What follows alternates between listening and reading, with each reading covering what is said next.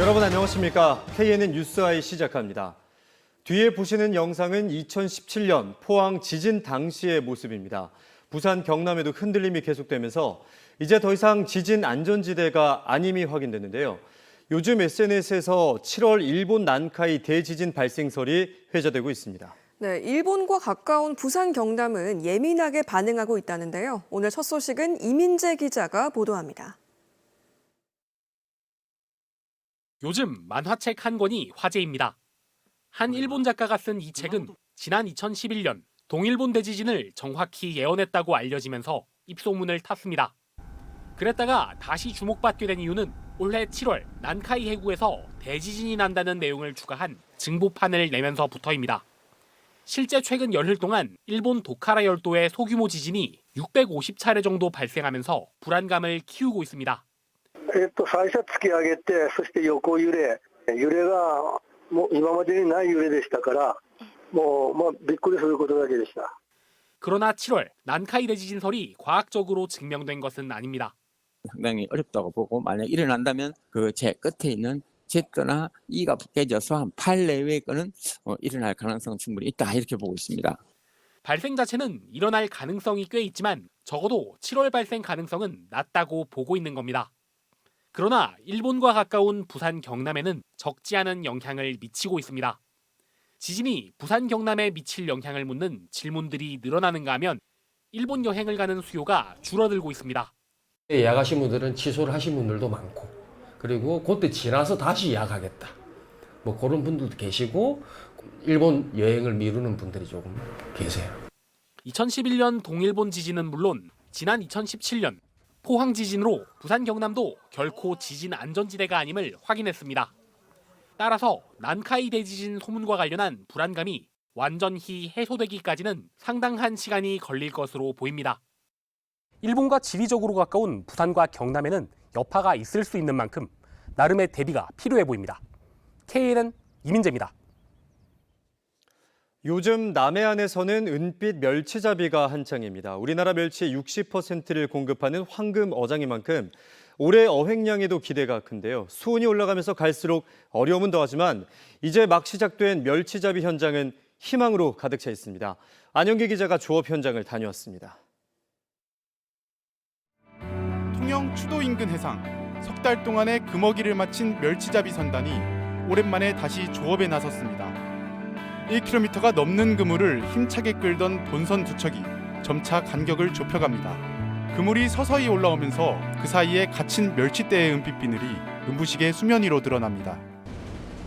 방금 막 잡아올린 남해안 멸치입니다. 성질이 급한 멸치는 잡히자마자 바로 죽어버리기 때문에 부패되기 전 바로 삶아 그 신선도를 유지합니다. 이 시기 경남 남해안에서 멸치 조업에 나서는 선단만 35개에 이릅니다. 우리나라 최대의 멸치 어장인 만큼 전체 마른 멸치의 60% 이상을 공급합니다. 가장 좋은 황금어장이라 할 수 있습니다. 멸치가 서식하기에 좋은 정도, 먹이 활동에도 수온에도 가장 적합한 그런 위치가. 지난해 잡아올린 멸치만 10,000톤가량, 전체 위판액은 980억 원을 기록했습니다. 올해 역시 900억 원 이상이 목표지만 기후변화로 매년 잡는 물량이 줄어드는 게 걱정입니다. 고소인의 영향이 있다고 봅니다. 이 자연 환경도 좀 있는 것 같기도 하고 자꾸 이 어자원이 자꾸 옛날보다 좀 적게 나는 건 분명합니다. 하지만 이제 막 재개된 멸치잡이에 어민들은 또 한 번 만선을 꿈꿉니다. 멸치가 크든 작든 좋든 안 좋든 그거는 우리 어민들을 많이 잡으면 좋고 바다에 놓으면 그 희망 하나로 갖고 뭐 무조건 조금 나옵니다. 4-5척이 함께 손발을 맞춰 건져내는 은빛 멸치잡이 여정은 경남 남해안 일대에서 내년 3월까지 이어집니다. KNN 안영기입니다. 네, 부산 콘서트홀의 연일 매진 소식에 부산이 클래식 산업의 거점으로 급부상하고 있습니다. 하지만 한편으론 대중음악에 대한 소홀함을 지적하는 목소리도 높은데요. 원아시아 페스티벌이란 핵심 컨텐츠가 있음에도 정작 공연장이 없어 성장세가 멈췄습니다. 클래식 시장보다 더 규모가 큰 대중음악 시장에 대한 투자를 촉구하는 목소리가 높습니다. 조진욱 기자입니다. 지난달 부산 콘서트홀 앞에서 열린 잔디밭 클래식 공연. 정명훈, 조수미 등 세계 최정상급 음악인들이 참여하면서 부산 클래식 문화 융성의 상징으로 자리 잡았습니다. 조수미 씨는 이재명 대통령을 만난 자리에서 하나의 빛과 같다며 부산의 클래식 인프라를 극찬했습니다. 돗자리를 깔고 가족끼리 와서 먹고 즐기면서 정명훈 선생님이 하는 지휘, 제가 하는 노래 3만 명이 넘게 왔어요. 3만 명이. 2년 뒤 오페라 하우스까지 문을 열면 부산은 명실상부 클래식 거점으로 거듭날 거란 전망입니다.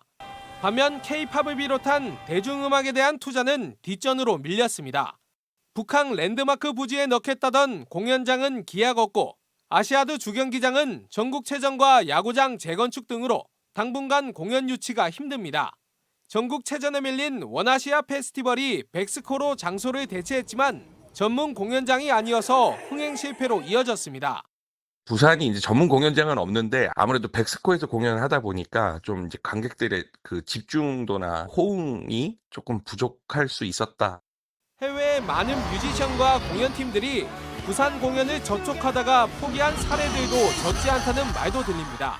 티켓 판매액만 따져보면 대중음악은 클래식보다 7배 더 큰 시장입니다. 여기에 K-팝 열기 등을 고려하면 여전히 블루오션입니다. 진정한 국제 관광도시, 문화도시로 거듭나려면 팬층이 넓은 대중음악에 대한 투자 역시 소홀해서는 안 될 일입니다. KNN 조준욱입니다.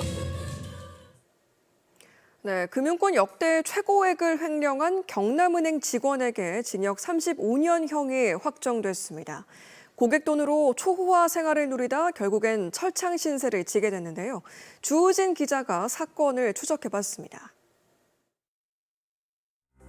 골드바와 현금 뭉치, 명품 가방이 한가득 놓여 있습니다. B&K 경남은행 간부 이모 씨의 은신처에서 나온 것들입니다. 검찰이 압수한 금품만 147억 원에 달할 정도로 이 씨는 은행 돈을 쌈짓돈처럼 꺼냈었습니다. 부동산 대출 업무를 담당하면서 허위 대출을 실행해 가로채는 수법 등으로 15년 동안 3천억 원을 빼돌렸습니다. 새로운 횡령으로 기존 횡령을 메우는 돌려막기로 감시를 피해왔습니다. 고가 부동산과 골프 회원권 등을 샀고 서울 삼성동 고급 빌라에 살며 매달 7천만 원을 생활비로 펑펑 썼습니다. 자금 세탁 전과가 있던 친형이 돈 세탁과 관리를 도맡았고 아내도 돈을 숨기는 데 가담했습니다.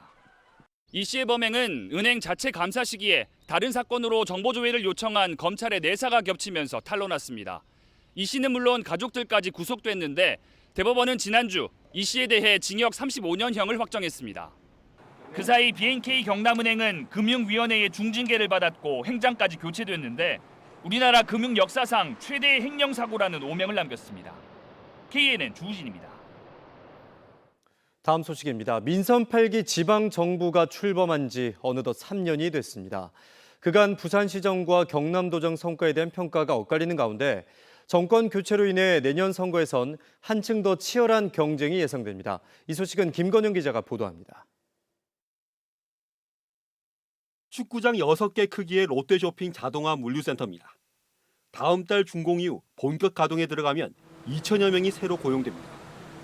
민선 8기 박형준 부산시정이 내세우는 최대 성과가 투자 유치입니다. 3년간 유치 금액만 14조 원, 16,000개의 일자리가 생길 것으로 부산시는 기대합니다. 투자와 일자리부터 외국인 관광객에 이르기까지 부산의 활력이 크게 늘었습니다. 제가 취임하던 21년과 비교하면 투자 유치 규모가 22배가 넘게 증가했습니다. 하지만 엑스포 유치나 산업은행 이전 등 부산시가 선도한 주력 현안들이 성과로 이어지지 못한 점이 뼈아픕니다. 시민사회의 각 분야별 시정평가에서도 후한 점수를 받지 못했습니다. 부산에 여러 가지 변화를 가져왔다고 얘기하지만 실질적으로 시민들이 체감할 수 있는 내용 면에서는 좀 부족해 보이는 것 아닌가라고 생각되고, 박완수 경남도정은 우주항공청 개청과 역대 최대 투자 유치 등의 10대 성과를 내세웁니다. 여러 경제지표의 반전을 강조합니다. 침체하고 있는 우리 경남을 도약하는 발전하는 경남으로 만든 3년이 아니었나 이렇게 생각을 합니다. 여당에서 야당으로 바뀐 민선 8기 부산 경남 시도지사는 앞으로 1년간 여권 후보군의 거센 도전에 직면하게 됐습니다. 특히 가장 강력한 경쟁 상대로 꼽히는 전재수 의원과 김경수 전 지사가 나란히 새 정부의 장관급 직위에 모두 발탁된 점이 주목됩니다.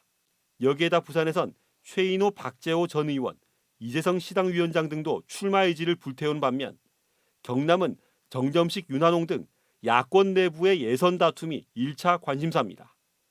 KNN 김건영입니다. 부산 남부경찰서는 늦은 밤 영업을 끝낸 상가에 침입해 상습적으로 금품을 훔친 30대 A씨를 구속했습니다. A씨는 영업을 마친 상가에 출입문을 파손한 뒤 침입하는 수법으로 광안동과 서면 등 10여 곳에서 500만 원 상당의 현금과 귀중품을 훔친 혐의를 받고 있습니다. 동종 전과가 있는 A씨는 범행 뒤 상가 지하에서 옷을 훔쳐 갈아입는 등 치밀함을 보였습니다. 최근 기후변화로 해파리 피해가 매년 늘어나는데 전국 최대 해수욕장인 해운대 해수욕장에 해파리 차단망 설치가 무산돼 피서객 안전이 우려됩니다. 부산 해운대구는 매년 해수욕장 개장 때마다 설치하던 해파리 차단 그물망을 설치해왔지만 그물망 설치 사업자와 어촌계가 비용 문제를 놓고 갈등을 빚으면서 올해는 그물망을 설치하지 않을 예정입니다. 창녕에서 태어난 2세대 우포 따오기가 처음으로 자연 번식에 성공했습니다. 자연 번식에 성공한 따오기 부부는 지난 2022년과 2023년에 각각 야생에서 태어난 2세대 따오기로 지난 3월 알을 낳은 뒤 모두 3마리의 새끼 따오기 부화에 성공했습니다. 부화한 새끼 따오기는 6주 동안 부모의 보살핌을 받다 최근 둥지를 떠난 것으로 확인됐습니다. 조선 기자재 기업 선보공업을 포함한 계열사 4개를 통합한 SB선보가 오늘 출범식을 갖고 본격적인 운영에 들어갔습니다. SB선보는 친환경 기술로 미래를 여는 글로벌 에너지 리더를 비전으로 선포하고 친환경 에너지 사업을 본격적으로 확대할 계획입니다. SB선보는 선보공업과 선보유니텍, 선보하이텍, 선보피스가 통합한 법인입니다. 경남 양산시가 내년 시승격 30주년과 양산 방문의 해를 기념해 시민들과 함께하는 열린 콘서트 동행을 개최했습니다. 양산 남부시장 특설 무대에서 열린 이번 콘서트에는 인기 가수 이찬원 등이 무대에 올라 열띤 공연을 펼쳤고 양산 시민 합창단 등 시민들로 꾸려진 다채로운 공연도 이어졌습니다.